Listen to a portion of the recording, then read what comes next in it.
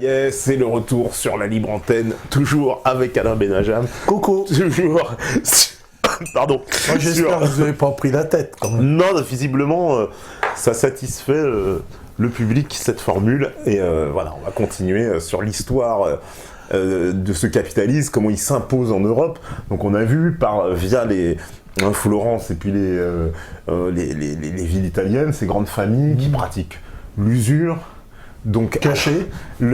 Caché, oui. Caché au travers du change. Caché au travers du change, voilà. Ouais. Donc ça, c'est intéressant en plus. C'est une usure cachée, parce qu'effectivement, c'est très tabou. Tu disais, on pouvait pas afficher comme ça, oui, on fait de l'usure. Alors, comme j'ai dit, tout le monde en faisait. C'est comme tout le monde va aux putes, mais rase des murs pour y aller. Voilà. Donc c'est à peu près la même chose. C'est-à-dire que l'argent et la prostitution, c'est deux choses qu'on peut comparer, que c'est la même chose. C'est-à-dire que ça fait partie des tabous et d'hypocrisie sociétale. D'accord. Hein, l'hypocrisie sociétale. Comme je disais, tout le monde a pratiqué l'usure. Alors moi, je me suis basé sur ce livre-là, de Jacques Herz, qui est la naissance du capitalisme. Jacques Herz, la naissance du capitalisme au Moyen-Âge. Malheureusement, qui est décédé il n'y a pas longtemps, voilà. Et que j'ai suivi les ouvrages depuis très très longtemps. C'est lui qui m'a fait intéresser au Moyen-Âge. Et Jacques Herz, c'est vraiment un technicien de l'histoire. C'est un type, lui, tout ce qu'il a été voir, il a été voir ce que personne n'avait été voir avant, parce que les autres s'en foutaient. Il a été voir tous les livres de contes. Les livres de contes. Ah, les mecs, j'ai vendu ci, j'ai vendu ça, il a tout analysé, tous les livres de contes. Ben, c'est quand même extraordinaire comme travail, hein, des livres de contes des marchands, et c'est pas facile, et il en a tiré, donc cet ouvrage est extrêmement intéressant. Jacques Herz d'ailleurs est toujours un médiéviste, il était titulaire de la chaire d'histoire médiévale à la Sorbonne, donc c'était pas n'importe quoi, et donc il était spécialisé dans le monde du travail et des villes. D'accord. Tu vois, hein, parce qu'il a beaucoup écrit là-dessus. Faut bien le dire, ce développement donc à la fois du capitalisme, à la fois des débuts de cette révolution industrielle, un sujet qu'on avait aussi abordé, voilà. Mais aussi justement c'est la naissance des villes aussi. On peut dire que c'est le monde urbain est en train de l'urbanisation est en train d'éclore, donc elle accompagne aussi ce mouvement quelque part capitalistique. Absolument. Puisque les échanges se font maintenant au sein des villes. Le troc disparaît. Alors justement, explique-nous alors. Ouais. Mais si tu avais compris l'émission précédente et la loi d'Avogadro-Ventov PV égale NRT, oh là, hein, oui, la pression et le volume est proportionnel à la température. Je vais pas en faire d'affaires. Ah là, tu vas te faire flinguer. Tu comprends que plus l'espace est réduit, plus les gens ils vont se rencontrer. Et oui. Et ben voilà. Mais donc, ils n'ont plus besoin maintenant avec Internet. Donc la ville est propice aussi au développement du capitalisme. À la rencontre, à la coalition. Parce que quelque part, il y a le boulanger qui est là, il y a le drapier, il y a le puis boucher, tiens, on va mettre notre pognon pognon ensemble et puis on va ouvrir une table de change où on va investir dans telle société, si tu veux. L'histoire du capitalisme, c'est l'histoire de la coalition de l'argent. C'est pour ça que l'Occident explose par rapport à l'Orient. C'est du fait des coalitions, des sociétés, des compagnies. C'est quoi une compagnie? C'est des compagnies qui partagent le pain. Ça vient de là. D'accord, ça vient de là. Voilà. C'est marrant, donc les compagnies ou les sociétés, donc c'est des potes qui se mettent ensemble et qui coalisent leur argent. Et le fait que l'Occident ça soit développé d'une façon extraordinaire par rapport à des centres qui étaient au préalablement plus développés, comme les pays musulmans ou comme la Chine, par exemple, hein, eh bien c'est le fait que ces gens-là avaient une autre idée de la solidarité, une très grande idée de la solidarité et du travail en commun. Hein, il faut rappeler ce qu'était qu'une guilde de métier. Une guilde de métier, c'était la sécurité sociale. C'est que si tu étais malade, tu étais payé. Si tu étais tué, tu tombais d'un toit, la veuve était payée, etc.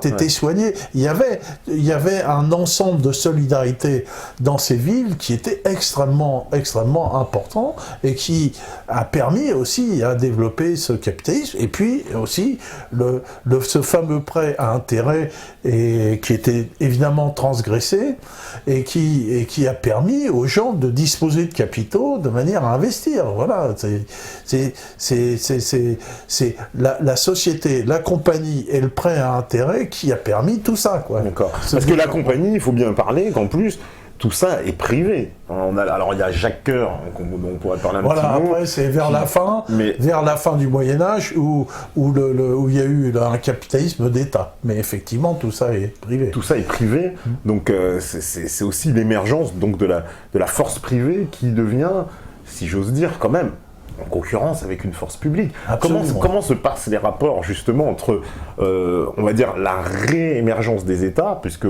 plus on sort du Moyen-Âge, plus on revient à l'État central, hein, on sait, Richelieu, Louis XIV, tout ça, on revient à un État fort, central, etc. Et qui s'efforce de casser les seigneuries, casser qui veut casser ce système féodal. Voilà. Et donc, on sort de ça, et j'ai envie de dire, ce pouvoir, entre guillemets, capitaliste, il vient quand même en concurrence au pouvoir central, non? Ah oui, alors ça s'est fait assez tôt, avec d'abord Médicis, comme de Médicis, qui était l'argentier du pape. C'est lui qui tenait le pognon du... Ah, il avait la bourse du pape, quoi. Celui D'accord, c'est pas rien, rien que ça. Ah, et donc, lui, il prêtait aux États. Dans la guerre de 100 ans, il prêtait aux Anglais et aux Français. Hein, et il vendait...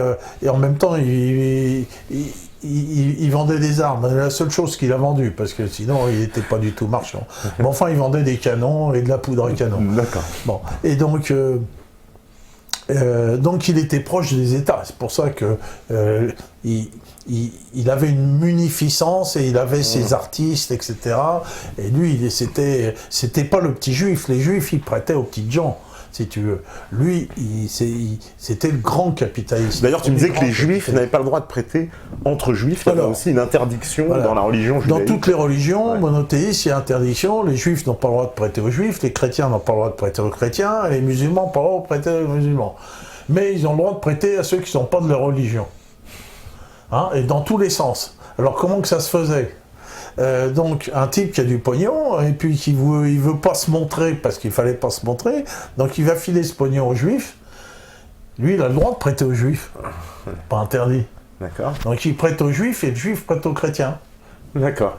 Voilà, puis le tour est joué. Donc les juifs vont jouer beaucoup un rôle d'intermédiaire. Les juifs vont jouer un rôle d'intermédiaire important où ils avaient des spécialités de petits prêteurs, mais jamais de grands prêteurs, où dans le Midi, leur spécialité c'était d'acheter à terme des récoltes, et ça servait beaucoup. L'achat à terme, explique-nous, l'achat à terme. L'achat à terme, c'est d'acheter avant que ça soit... acheter avant que la récolte soit terminée, c'est ce qui se fait encore. Comme on fait l'acheter, on fait que ça, de l'acheter à terme du pétrole, on fait que ça. Tous les marchés sont des marchés à terme. Donc l'achat à terme est dans le Midi. Alors les juifs, il n'y en avait pas partout. Hein, il y a des endroits où il y avait beaucoup de juifs, par exemple en Provence, il y en avait énormément, et puis dans le nord de la France, il n'y en avait pas. Donc, et pourtant, on pratiquait l'usure. L'usure veut dire que prêt à intérêt. C'est passé en termes en prêt exagéré. Mais en fait, c'est prêt à intérêt. Tout prêt, étymologiquement, c'est de l'usure. Et donc... l'usure est venue d'un besoin, un besoin absolu. Le paysan qui n'arrive pas à faire la soudure, tu vois, il n'a pas de quoi, il n'a pas assez récolté pour ressemer. On appelle faire la soudure. Hein, explique-nous l'expression, faire la soudure, c'est quoi ? Ça vient de ça. Faire la soudure entre la récolte et la semence. Ah, d'accord, voilà, ça s'appelle faire la soudure. Tu vois, t'as pas récolté assez de blé pour pouvoir ressemer, voilà. Donc il n'a pas de quoi faire la soudure, donc il faut qu'il emprunte. Donc il va emprunter. Voilà, le marchand, il a une affaire, donc il connaît des gens dans les Flandres qui peuvent tisser de la laine, mais il n'a pas les capitaux pour acheter la laine, faire filer. Alors, comment que ça se passe ? Il achète la laine, après, c'est lui qui va de place en place faire traiter son truc, après, il fait filer, puis il a ses draps qui sont écrus. Après, il faut les faire teindre en Italie. Tu vois, il n'a pas, au départ, les capitaux pour ça. Donc, il va emprunter les capitaux. Puis, une fois qu'il a terminé, et tout ça, ça se passe à Troyes ou à Provins. Donc, à ce moment-là, il amène le truc, puis il rembourse le mec. Voilà. Donc, le prêt à intérêt, c'est pas quelque chose de dégueulasse, c'est quelque chose d'extrêmement positif et extrêmement important qui s'est passé. Et cet argent, l'argent... Ouais, mais est-ce qu'on peut pas dire quand même que le fait que des gens... On va me traiter de... Ah bah là, de judéo-tamulisme dans pas longtemps. Mais parce qu'en fait, c'est quand même des gens qui vivent sur l'intérêt, c'est-à-dire sur le travail des autres. Parce que celui qui a... Bah oui, parce que lui, celui qui prête, comme Médicis, il est tranquille dans son palais en train de dormir, et les autres travaillent pour lui pour le rembourser. Parce qu'il faisait les comptes et... Ah oui, il faisait peut-être ses comptes, oui. Mais ce que je veux dire, c'est que bon, en tout cas, il passe du bon temps, va dire à ton banquier qui travaille pas. Bah je lui dis, il est pas content en plus. Mais bon. Un banquier aujourd'hui, il travaille pas. Il est pas content. De la même façon. Il fait travailler notre argent en plus aujourd'hui. Mais pourtant. Mais parce que quand même, il y a quand même quelque chose. Regarde, ce que je veux dire, c'est, je soulève un point quand même essentiel, c'est que on passe quand même d'une économie où il y a une caste dans cette économie qui va devenir rentière sur le travail d'une autre caste qui est, on pourrait dire, ouvrière, en tout cas qui va... Parce que le paysan à qui je vais prêter de l'argent, qui va devoir me rembourser, lui, il va vraiment travailler pour me rembourser. C'est-à-dire, il ne pourra me rembourser que si il se lève le matin, il va devoir bêcher, il va devoir faire planter, etc.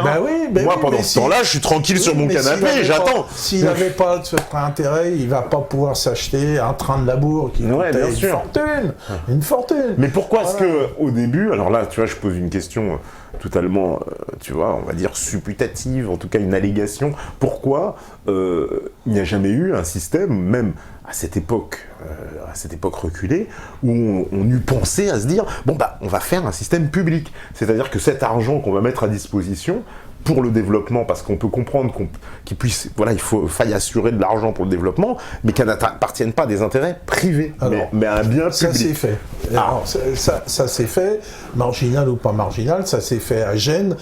Par exemple, il y avait des caisses d'épargne, il y avait des prêts, donc il y avait des systèmes de prêts sur gage, voilà. Donc il y avait des systèmes publics ou semi-publics, mais il ne faut pas oublier qu'au Moyen-Âge, les États n'existent plus. Bon, ils se reconstituent petit à petit, mais tout vient de l'initiative privée. D'accord. Voilà, cette période de la période féodale, comme dit, le capitalisme est fils de la féodalité, parce que sans la féodalité, il n'aurait pas pu y naître. Donc, c'est l'initiative individuelle par excellence, quoi. C'est l'individu. D'ailleurs, c'est toute l'idéologie médiévale est fondée sur l'individu, sur la capacité, sur la force, sur l'intelligence de l'individu. Tu vois, mais c'est pas seulement l'individu, c'est l'individu coalisé. Parce que les médiévaux se coalisent. Se coalisent entre gens, se coalisent pour tout, se coalisent dans les tournois. Il y a des équipes dans les tournois. Oui, ce que tu disais, les compagnies, etc. Dans la guerre, il y a les conrois, il y a les gens qui combattent toujours ensemble. Tout ça va quand même évoluer vers un espèce de pouvoir privé très important, puisque, là, je fais un bond de 200 ans, on va dire, 200-300 ans par rapport au Moyen-Âge, on arrive à la Compagnie des Indes, par exemple. C'est-à-dire, là, c'est l'apogée même de tout ce système, avec la notion que je sais que toi tu es cher, de privé-public, et alors là on arrive à l'impérialisme véritablement, puisqu'on arrive à une toute-puissance, vraiment. Oui, mais c'est pas, si on va aller parler de la faute, c'est pas de la faute du privé, c'est de la faute des États.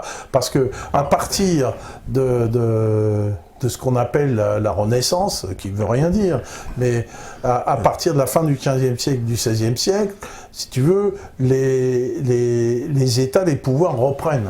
la main. On redevient, voilà, on reprend la main partout. Ils reprennent la main. D'ailleurs, on voit bien que c'est la mort de l'Italie, parce que l'Italie n'a vécu que sur l'initiative privée, individuelle, sur ces républiques de capitalistes qui sont développées d'une façon extraordinaire. On voit bien que le centre du pouvoir, d'ailleurs, se déplace, on va dire, de cette Italie vers le nord de l'Europe, plutôt vers mais à la fin, Londres. Au 15e et début du 16e siècle, le centre, c'est l'Italie. C'est l'Italie. C'est l'Italie avec cette fameuse Renaissance. Donc tout ce centre artistique s'est développé grâce au pognon. Et voilà, bon, au pognon et au prêt usuraire. Bon, c'est comme ça, tu peux... Ah ben non, moi je remets pas en cause l'histoire, je m'interroge sur les opportunités. Je m'abstiens de juger quoi que ce soit, je constate. Non, mais bien sûr, sur l'histoire on peut que constater. Donc à partir du moment où les pouvoirs centraux deviennent puissants, à ce moment-là, eux, ils vont largement utiliser ça. Alors on voit Jacques Coeur, par exemple, le premier, il y a Côme, et puis Jacques Coeur qui lui permettra à Charles VII de construire son armée, de battre les Anglais. Puis il y a aussi pour beaucoup de payer l'artillerie des frères Bureau qui coûtait fort cher, parce que il faut dire que si la France a gagné la guerre de 100 ans, c'est grâce à l'artillerie. On avait expliqué ça ici même. C'est grâce à l'artillerie, ce fameux Veuglère qui tirait 3 coups à la minute.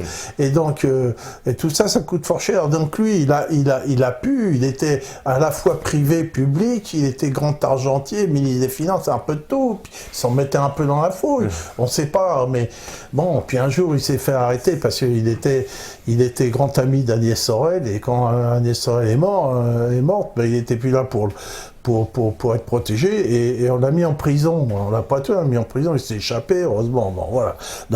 Donc à la fin du XVe siècle, naît justement ce mélange public-privé qui va s'accomplir dans les fameuses compagnies des Indes, voilà. Et puis dans le colonialisme français et anglais. Et hollandais, parce qu'histoire aussi. Hollandais, français et anglais, les trois sociétés coloniales. Parce qu'il faut rappeler quand même que ces compagnies-là, la compagnie des Indes, c'est quand même assez extraordinaire quand on y pense. Ils avaient des prérogatives d'État au niveau d'une compagnie privée. Oui. Donc ils avaient une armée, des pouvoirs d'annexer des territoires, de faire la justice, et ils avaient en général une grande banque. Et ils avaient aussi une grande banque. d'Amsterdam, par exemple, qui est la première banque de dépôt. Voilà, et donc ils avaient tout, c'était des États dans l'État, et ils étaient très très liés à l'État. D'ailleurs, il y a un événement peut-être sur lequel on devrait juste revenir un peu, parce que ça va quand même être un grand déclencheur, c'est la réforme. La réforme, il fallait en parler. Oui, parce que ça va quand même jouer un rôle extraordinaire pour justement ce développement, et particulièrement en Europe du Nord, justement. Alors, à partir de... on reparle de l'histoire du tabou, du tabou du prêt d'argent. Oui. Bon. Alors, les catholiques n'ont pas attendu la réforme pour annuler le tabou. Il y a eu, c'est dans le bouquin, je ne sais pas une date précise, mais c'est sous Côme de Médicis, donc c'est début du XVe siècle, où le pape il dit c'est fini, on a le droit de prêter de l'argent à partir du moment où ce n'est pas excessif. Donc le tabou, il saute fin du XIVe siècle, début du XVe siècle, officiellement. Bien que les prêts se soient généralisés à partir du XIIe siècle, les juifs sont de plus en plus dessaisis des prêts, et les chrétiens en font de plus en plus. Et puis Côme, il dit, tiens, pourquoi laisser ça aux juifs, après tout nous, on peut faire de l'argent aussi avec ça. Donc c'est terminé. Et puis les juifs, les juiveries déclinent. Et puis en plus, les juifs qui étaient insérés dans la société, ils avaient leur table de change comme les autres. Et après, ils sont enfermés dans les ghettos. Oui, ghetto, mot qui viendra d'Italie d'ailleurs, c'est ça. Hein, oui, qui viendra d'Italie. Donc c'est enfermé dans les ghettos. Donc ces pauvres juifs vont complètement décliner socialement, qui fera le grand bonheur des rabbins, parce qu'ils vont garder leur communauté vraiment après, et puis ils vont être habillés spécialement, ils vont avoir la rouelle, le chapeau jaune, etc. Quoi. Hein, donc c'en est fini pour les juifs. Sauf ceux qui se convertiront au catholicisme, et qui deviendront les Maranes et Domnay, etc. En Provence, le roi René de Provence, il donnait un quartier de noblesse à tous les juifs qui étaient convertis. Ouais. C'est pour ça que la jeunesse la noblesse provençale est souvent d'origine juive. Voilà. Donc voilà. Mais bon, il faut dire qu'en Provence, il y avait beaucoup de juifs. Pourquoi il y avait des juifs en Provence? Il y a des juifs en Provence depuis toujours, puisque les Romains avaient déporté des juifs après les révoltes de Judée. Ils les avaient déportés dans le sud de la France. Donc ils datent d'avant le christianisme, les juifs du sud de la France. Et la première, la première synagogue qu'il y a eu sur le territoire français, elle y existe encore, c'est à Draguignan. Tu vois, hein, Draguignan, c'était... Alors donc, les juifs, il y en avait à Bordeaux, il y en avait... Alors à Carpentras, pourquoi? Parce quand ils avaient des problèmes, ils allaient se réfugier dans les états pontificaux qui les protégeaient. Donc, bon, là, il y avait beaucoup de juifs, mais dans le nord de la France, il n'y en avait pas. Donc, là où il y avait des juifs, ils faisaient leur office, mais tous les juifs n'étaient pas des gens qui prêtaient de l'argent. Il y avait beaucoup d'artisans, de commerçants normaux qui ne prêtaient pas de l'argent. Mais on trouve quand même une proportion de juifs plus importante que dans d'autres métiers, quoi, je veux dire. Par la force des choses, puisqu'au départ, hein, avant le XIIe siècle, il n'y avait que les juifs qui prêtaient de l'argent. Donc ils sont retrouvés dans ce métier, puis après ils ont continué à prêter de l'argent, soit ils ont servi d'intermédiaires, comme je t'ai dit, mais ils n'ont jamais été les très très grands argentiers du Moyen-Âge, comme l'ont été les Fugères ou les Médicis ou des gens comme ça, ou Jacques Coeur ou tous ces grands personnages. D'accord. Si tu veux. Hein, ils ont été les gagne-petits des métiers de l'argent. Je parle au Moyen-Âge. Au Moyen-Âge, bien sûr. Hein, bien sûr. Mais après, changeront plus tard. Oui, mais il n'y aura plus d'interdit. Oui, il n'y aura plus d'interdit. Mais donc, la réforme, tu parlais de la réforme. La réforme. Donc, pour les protestants, il n'y a aucun problème. Parce que la réforme amène. La réforme, pour la réforme, c'est légalise complètement l'usure. C'est très bien de gagner de l'argent. C'est très bien de gagner de l'argent. C'est très bien, c'est très bien vu. C'est bien vu par le bon Dieu. Donc, du coup, on va dire que là, ce capitalisme financier se sent, on va dire, dans ses baskets, si je veux, même si à l'époque il n'y en a pas, mais justement dans les pays très protestants comme la Grande-Bretagne, la Hollande, d'abord, ça vient de Calvin. Hein. Calvin. Le premier, c'est Calvin qui dit yeah, youpi, c'est terminé. Hein. Voilà. Et puis après, tout le calvinisme en général, le calvinisme est plus argenté que les luthériens, mais bon.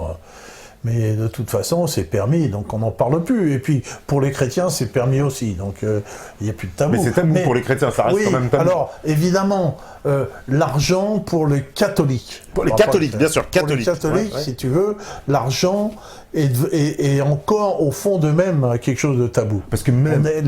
On n'aime pas l'argent. Regarde, tu sais très bien, tu vas me dire, si je me trompe pas, mais regarde, dans la culture française, qui est profondément marqué justement de ces attributs catholiques, de cette culture catholique, il est extrêmement mal vu de faire de l'argent. Tu sais bien, c'est toujours suspect, même quelqu'un qui est riche, c'est jamais très très bien vu. Donc c'est un héritage culturel direct du catholicisme. Tout à fait, tout à fait. On sait que les idéologies ont beaucoup d'inertie. Hein. Dans l'histoire, ça va loin. Voilà, parce que jusqu'à aujourd'hui, on peut dire en France, c'est quand même présent dans la mentalité. Quelqu'un qui a beaucoup d'argent, c'est toujours très suspect. On se dit, oula, il a fait son argent un peu chez les protestants, ça n'a rien à voir. Ça n'a rien à voir. Ça n'a rien à voir. C'est au contraire, on exalte tout à fait la réussite financière. Voilà, on n'a aucun tabou avec ça. Au contraire, c'est carrément, c'est même honorable. C'est tabou chez les orthodoxes aussi. Ah, c'est tabou chez les orthodoxes aussi. Encore plus que chez les catholiques. D'accord. Tu vois, c'est intéressant aussi. Voilà, tu vois, on apprend des choses. Les pays orthodoxes orthodoxes deviendront plus facilement des pays communistes. D'accord. Ah, tu vois, chose. Tu fais rien, c'est ce que j'ai dit à ma chère et tendre amie personne. Pas de clash. On a quelques mots, je sais pas si elle me regarde, je lui fais un petit coucou. D'abord, je lui réponds que je suis pas juif, il y a tout le monde, je suis pas juif, c'est pas parce que ma mère est juive. Ma mère d'abord n'était pas juive, ma mère, elle était une militante syndicale, militante communiste, elle en avait rien à foutre du judaïsme, et mon grand-père était communiste. Donc son père à lui. Donc chez nous, le judaïsme, il vient de très très loin. Et il a fallu que j'atteigne l'âge de 14 ans pour savoir, ce que c'était qu'une religion. J'étais élevé dans l'athéisme plus total. Et ce que c'était que des juifs. J'avais pas la moindre idée de ce que c'était. Bon, et puis je suis entier. Voilà, t'as pas été élevé dans le talmudo-sionisme. Je vais pas vous montrer, mais je suis entier. Donc j'ai pas été élevé, j'ai aucune idée de ce que c'est que le talmudisme, pas la moindre idée, ça m'intéresse pas, j'en ai rien à foutre. Au moins les choses sont claires. Donc le problème est clair. Donc moi on me demande si je suis juif, je suis pas juif, comment veux-tu que je suis juif, je crois pas en Dieu. Pour être juif, il faudrait croire en Dieu. Donc je suis pas juif. Donc le problème est réglé de ce côté-là. Donc, pour pas trop digresser, donc la réforme contribue, on va dire, à déplacer ce centre, on va dire, de l'Italie vers l'Europe du Nord, qui devient vers l'Angleterre et la Hollande, voilà, qui deviennent le centre absolu du capitalisme mondial, j'ai envie de dire, puisque dans la foulée, il y a la création de la City, etc. On sait que tu as parlé de la Banque d'Amsterdam, on a parlé première banque de dépôt. On a parlé de la Compagnie des Indes, donc qui se développe donc en Angleterre. En Grande-Bretagne, en Hollande, aussi en France. Et aussi en France. Donc compagnie privée, l'actionnariat, et tout ça en plus s'accompagne aussi quand même là, faut bien le dire. L'actionnariat, ça vient du Moyen-Âge. Ça vient du Moyen-Âge, d'accord. Mais ça se développe, on va dire là, à grande échelle, quoi. Et on connaît Voltaire était lui-même propriétaire d'actions, il s'en vantait assez de ça, de la fameuse Compagnie des Indes lui-même. Et donc, ça veut dire que là, il y a quand même une chose qui se crée, c'est ça aussi que j'aimerais que tu nous expliques, parce qu'on va vers ce capitalisme financier, mais qui aussi va vers un impérialisme, là. C'est-à-dire qu'il s'étend, il commence vraiment véritablement à s'étendre, c'est-à-dire que peut-être le mouvement a commencé avant, on peut dire le Portugal qui commence avec Jean le Navigateur qui va chercher effectivement les épices, créer sa route commerciale, etc. Mais là, on est en pleine conquête de l'Amérique, on est en plein développement du commerce avec l'Orient, et ce capitalisme-là, quand même, a son visage impérialiste qui commence à véritablement apparaître. On n'est plus, on reste pas dans, entre guillemets, on a sorti les foires là et du simple échange quand même. On est dans une conquête, quoi. C'est ça. On est dans une conquête. Pourquoi ? Parce qu'on a du pognon. Si on n'avait pas de pognon, on ne pourrait pas fabriquer ces grands vaisseaux armés, tout ça, acheter des canons, payer des gens. Donc ça vient bien des banques et du pognon, tous ces moyens, parce que ne serait-ce que, Christophe Colomb, quand il va en Amérique, il est payé par l'État quand même. Il y a toujours cette conjonction. Privé-public. À partir de ce moment-là, conjonction privé-public, c'est toujours les États qui pilotent tout ça. Faut pas oublier que ce fameux, il n'y a rien de plus opposé, ça je le dis à tout le monde, que le libéralisme et le capitalisme. C'est deux entités contradictoires. Voilà. C'est contradictoire. Le libéralisme, c'est la liberté à chacun, c'est la liberté d'entreprendre. Tandis que très rapidement, l'entreprise, elle est soumise à l'État. Et surtout, ces grandes entreprises impérialistes, elles sont entièrement soumises aux États. Il faut quand même des lettres patentes pour ces gens-là, pour aller représenter l'État dans des terres lointaines, si tu veux. Donc il y a cette association complète public-privé qui va perdurer toujours, quoi. Oui, voilà, qui va perdurer, qui va prendre une grande capitalisme parce que la conquête de l'Amérique, ça va être quand même un point d'orgue on va dire, de ce début de cet impérialisme, vraiment. Parce que en plus, c'est vrai que pour le coup, là, on parle de privé-public. Christophe Colomb, effectivement payé par l'État. Les mercenaires qu'on enverra, de la couronne d'Espagne ensuite, Pizarro, Cortés aussi, seront des mercenaires privés mais payés par la couronne d'Espagne. Ce sera évidemment une espèce de mélange, subtil, privé, public, voilà. Mais qui porte vraiment là les gènes de l'impérialisme, c'est-à-dire c'est la conquête, c'est-à-dire ce capitalisme se contente plus, j'ai envie de dire, il s'exporte là. Voilà, il s'exporte, il va chercher des matières premières, il va chercher de l'or, il en a besoin. Surtout pour la monnaie, on sait que cette recherche de l'or est perpétuelle, même déjà dans le Moyen-Âge, on va chercher en Afrique. Oui, parce qu'il y a un problème quand même dans le capitalisme de base, c'est qu'il y a l'amenuisement des ressources et on va dire les ressources limitées. C'est-à-dire au bout d'un moment, quand il y a, j'ai envie de dire, tout l'argent disponible, il est devant nous.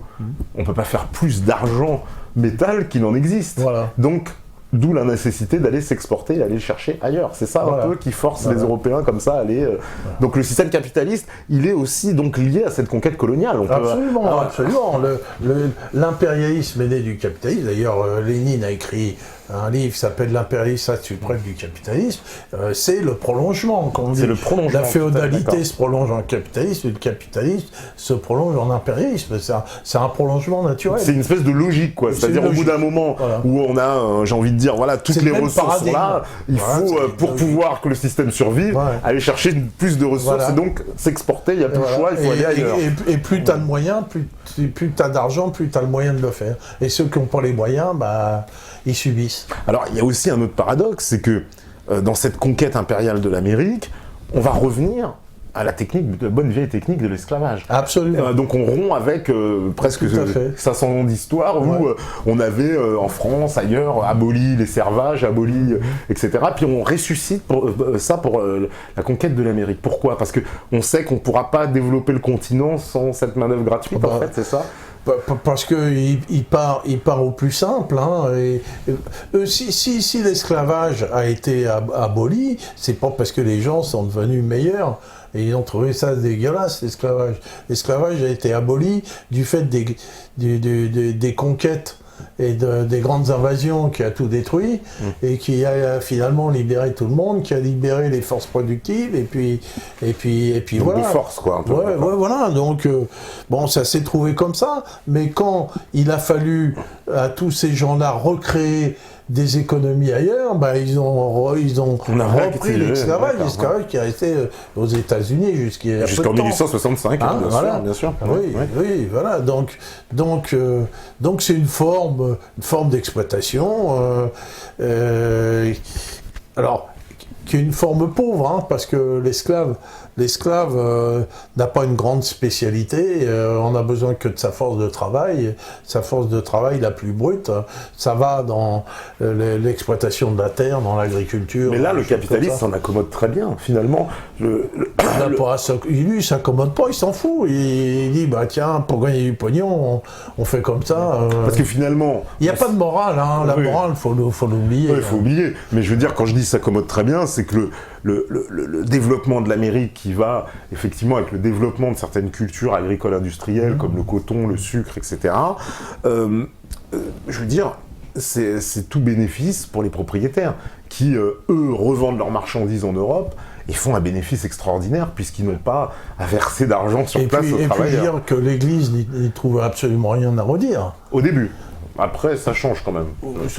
Ça change un peu. Il y a la controverse de Valaloïde, tout à fait. Quand même. On se pose la question. On se pose la question, mais bon, on fait rien pour... Mais est-ce que l'Église n'allait pas aussi supplanter, puisqu'on a parlé justement de ses pouvoirs, ses super pouvoirs, est-ce que l'Église, elle aussi, elle n'est pas confrontée finalement à ce super pouvoir financier en train de naître, sur lequel elle ne peut pas avoir d'ascendant. Finalement, l'ascendant, elle est en train de le perdre. Moi, j'ai une théorie sur le catholicisme, Alors, te fâche pas avec les catholiques, non.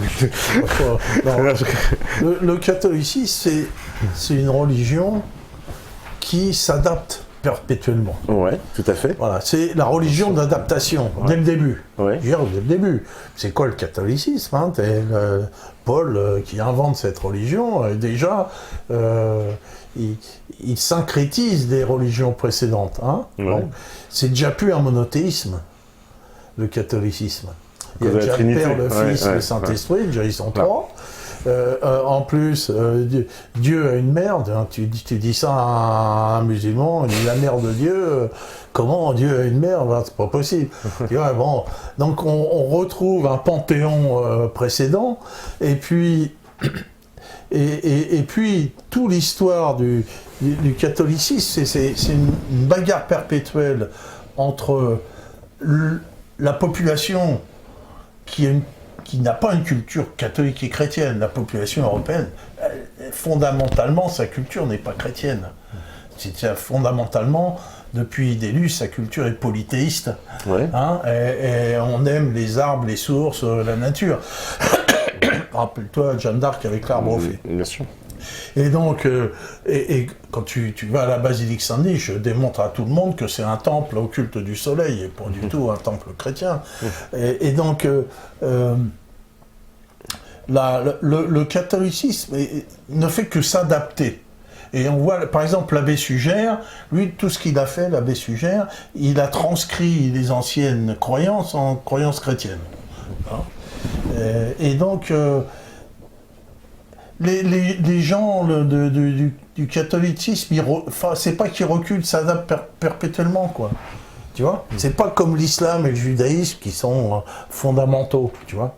Bon, quand on voit le prêt à intérêt, finalement, ça sert, bon, allez, on laisse les gens prêter, tu vois. Et donc ça, c'est perpétuel. Donc le catholicisme n'est jamais une force morale intégriste. Il n'y a pas d'intégrisme dans le catholicisme, tel qu'il y a chez les musulmans. Le catholicisme ne fera jamais de société totalitaire. Tu vois ? Il y aura du mal à faire ça, quoi. Il n'y a pas de totalitarisme, quoi. Voilà, donc c'est une religion d'adaptation, et quand la morale pourrait réprouver l'esclavage, je dis, bon non, après tout...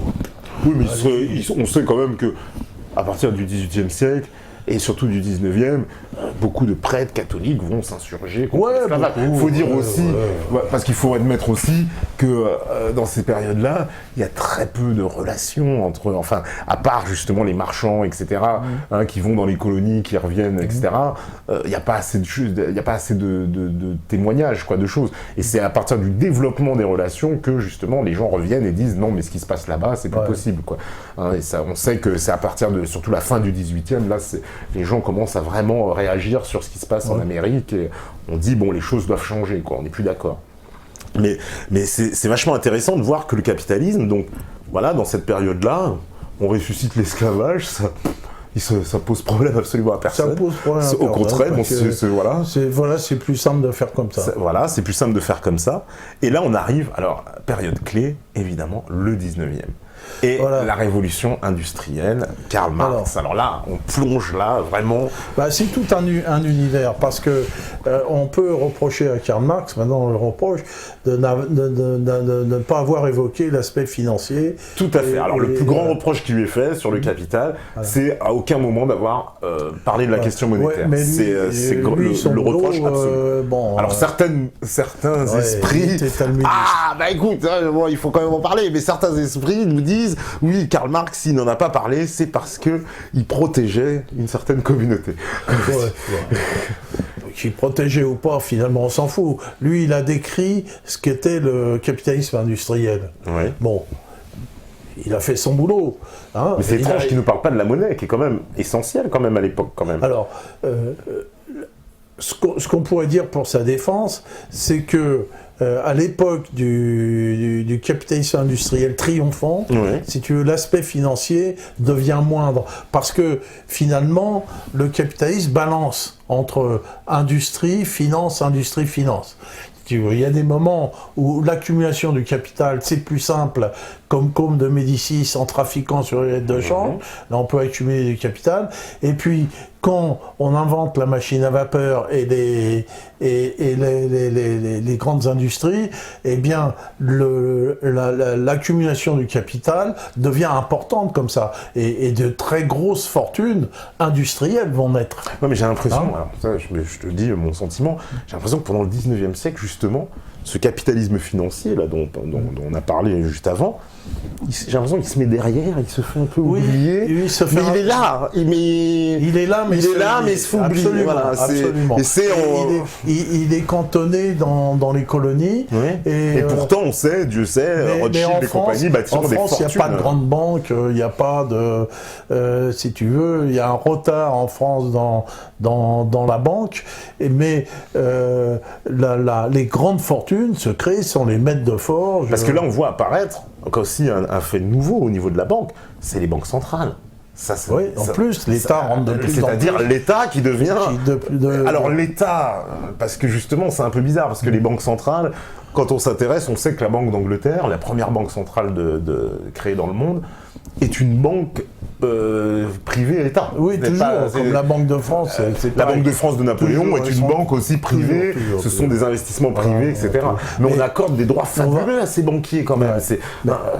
Alors, et comme tu l'as dit, si tu veux, au XIXe siècle, la financiarisation est moindre, et donc la manière d'accumuler du capital, c'est surtout par l'industrie. C'est l'explosion de l'industrie.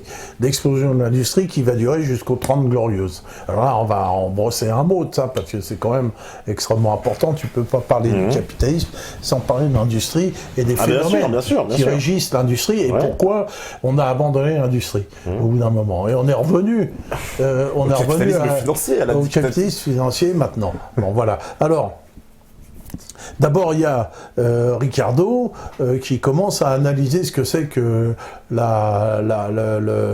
les marchandises, parce que les gens commencent à théoriser sur la marchandise.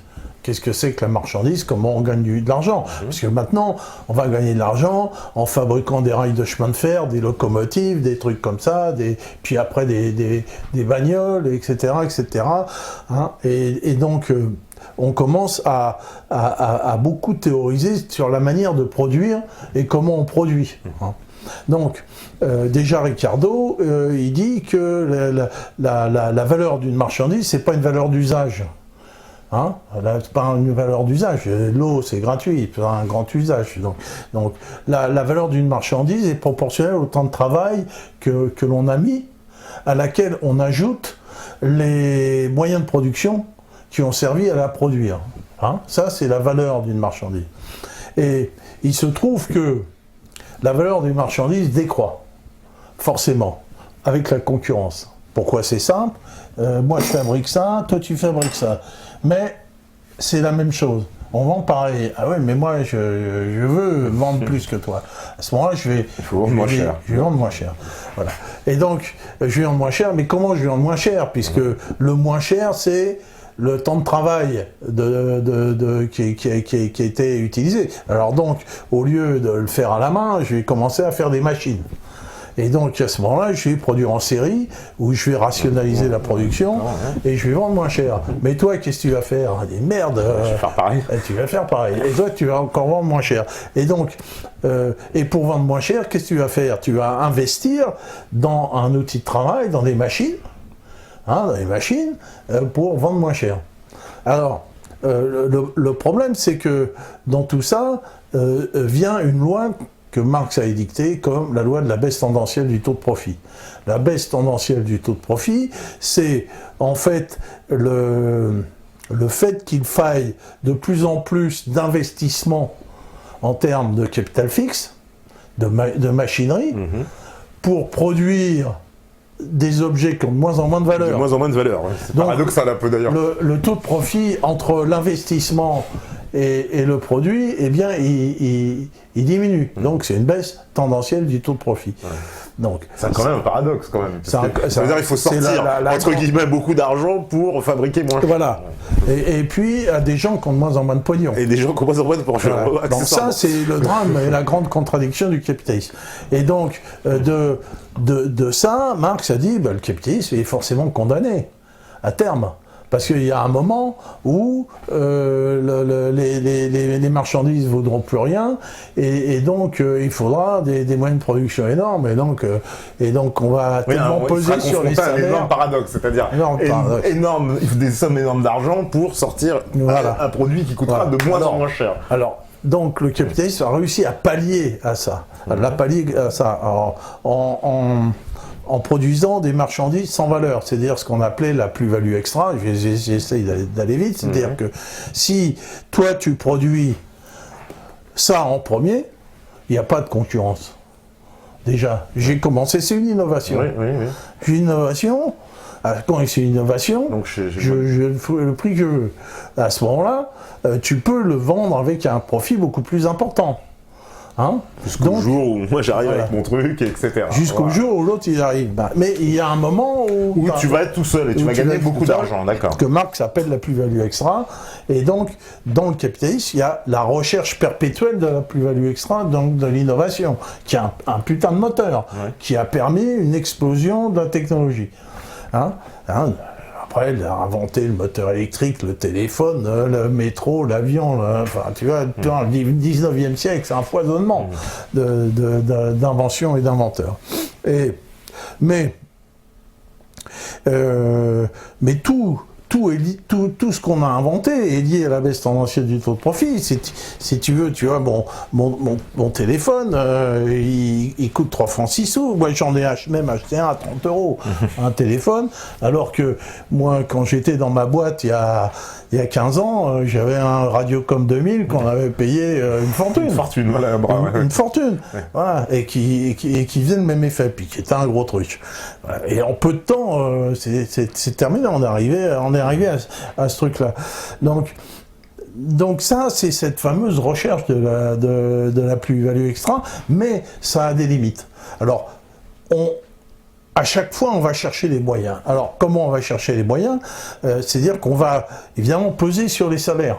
Peser sur les salaires, peut-être aussi la recherche de nouveaux marchés, ça doit faire... La recherche de nouveaux marchés, mais la recherche de nouveaux marchés, maintenant tout le monde a des téléphones portables. Et puis, on va peser sur les salaires, donc on va les fabriquer dans les pays à faible salaire, comme en Chine. C'est pour ça qu'on a fabriqué la Chine, pays atelier, où on a pu fabriquer des choses qu'on ne pourrait plus fabriquer chez nous. Parce que les salaires sont trop importants. Voilà, donc on les fait fabriquer chez nous. Mais si tu veux, entre-temps, le gros problème qu'il y a eu en Occident, c'est que Marx avait prévu la paupérisation de la classe ouvrière, donc il s'est dit, vu comme ça, on va de moins en moins payer les ouvriers, et puis on leur vendra des choses de moins en moins chères, mais ils auront moins en moins d'argent, en fait. Moins en moins d'argent. Mais ce que Marx n'avait pas vu, puisqu'il est mort avant, c'est le formidable développement du mouvement syndical, d'une part. Et un mouvement syndical puissant qui a réussi à arracher une part du bénéfice, on va dire. Une part du bénéfice. Mais en arrachant cette part du bénéfice, qu'est-ce qu'ils ont fait ? Ils se sont donné un pouvoir d'achat. Donc du coup, ils alimentent la machine aussi, en fait.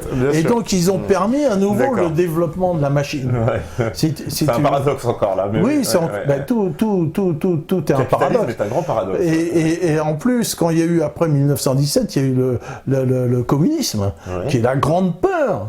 Avec les syndicats liés au Parti communiste. Alors tu parles que les mecs, ils les lâchaient, le pognon. Et ça a fait les 30 glorieuses, partout.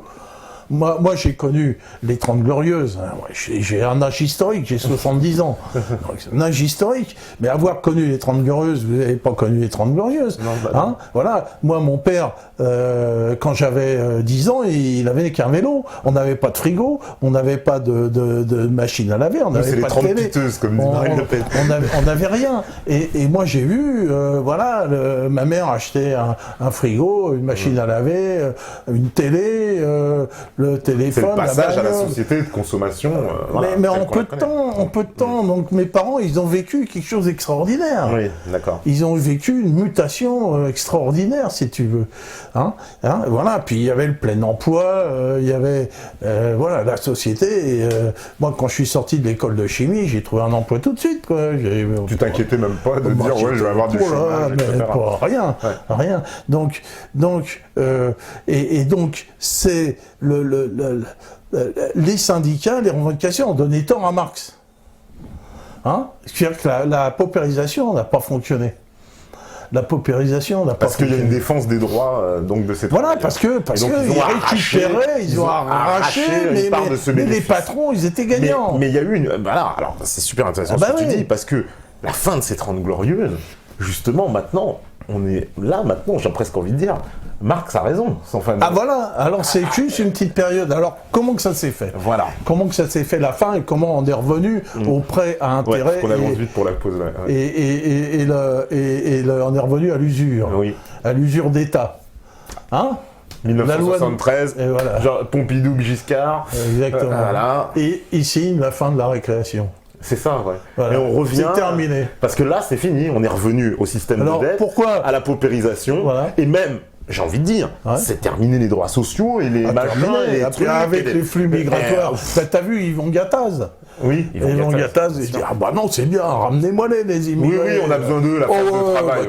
On croirait entendre comme les patrons dans les années 70. Et puis le droit du travail, vous voyez, c'est avec ce droit du travail, on peut pas leur filer du boulot. Enfin, faut être sérieux, quoi. Donc finalement, parce que là, c'est ça, qu'est-ce qui s'est passé pour qu'on réactive, justement, on arrive à maintenant cette suprématie de la finance qui a balayé l'industrie et qui est revenue à ces règles de la finance et qui redonne raison à Marx. On en reparle juste après. On fait la pause, on en reparle juste après. Voilà. Et on prendra au passage aussi après les questions, parce que c'est vrai que c'est une question très très très importante. La régie, elle est prête, j'en suis sûr. On fait la pause. À vous, la régie.